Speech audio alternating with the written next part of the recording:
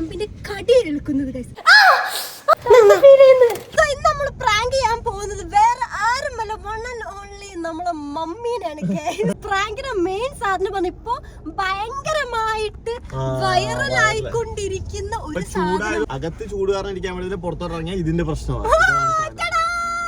ഇടാൻ പോകുന്ന ഷൂല് ഇത് ഓൾറെഡി നമ്മൾ ഒളിപ്പിച്ചു വെക്കും. എന്നിട്ട് ഇമ്മനെ മുമ്പൊന്നും അല്ലെങ്കിൽ നമ്മള് ഷൂ ഇടും. അപ്പൊ ഗൈസ് നമ്മളൊക്കെ ചെറുതായിട്ടൊരു കുത്തിട്ട് കൊടുക്കും. ഇങ്ങനെ തന്നെ ഉണ്ടാവും. ഇന്ന പാമ്പിന്റെ മുമ്പ് കടിക്കാത്തോണ്ട് എനിക്ക് അറിയത്തില്ല കേട്ടോ.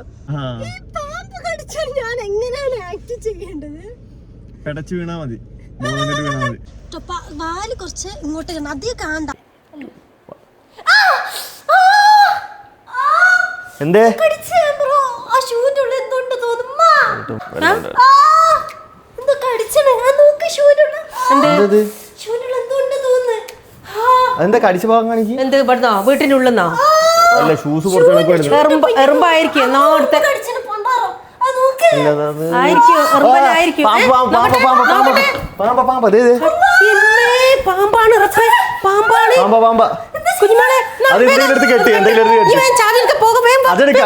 കെട്ടിട്ട് പോ. ഈ സാധനം കെട്ടിക്കോ.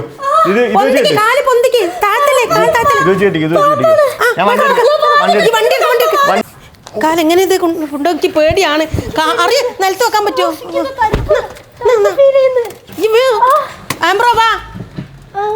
എണീക്ക് കുട്ടി. വലിയ ഇളകരുതെന്നാണ്.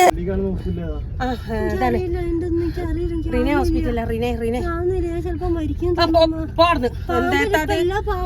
ഒരു മിനിറ്റ് ആയില്ല ഇപ്പൊ. ടെൻഷൻ അടിക്കേല.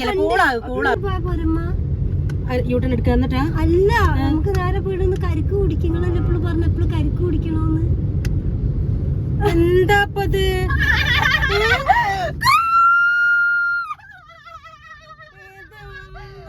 മമ്മി നിങ്ങൾക്ക് കാണണ്ടേ?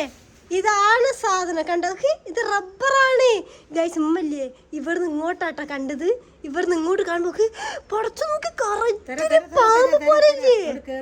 എന്താണ് മമ്മ പ്രാങ്കിന്റെ സെൻസിൽ എടുക്കാൻ നിങ്ങൾ പഠിക്കണം. പറഞ്ഞാല് ഇപ്പൊ എല്ലാ സ്ഥലത്തും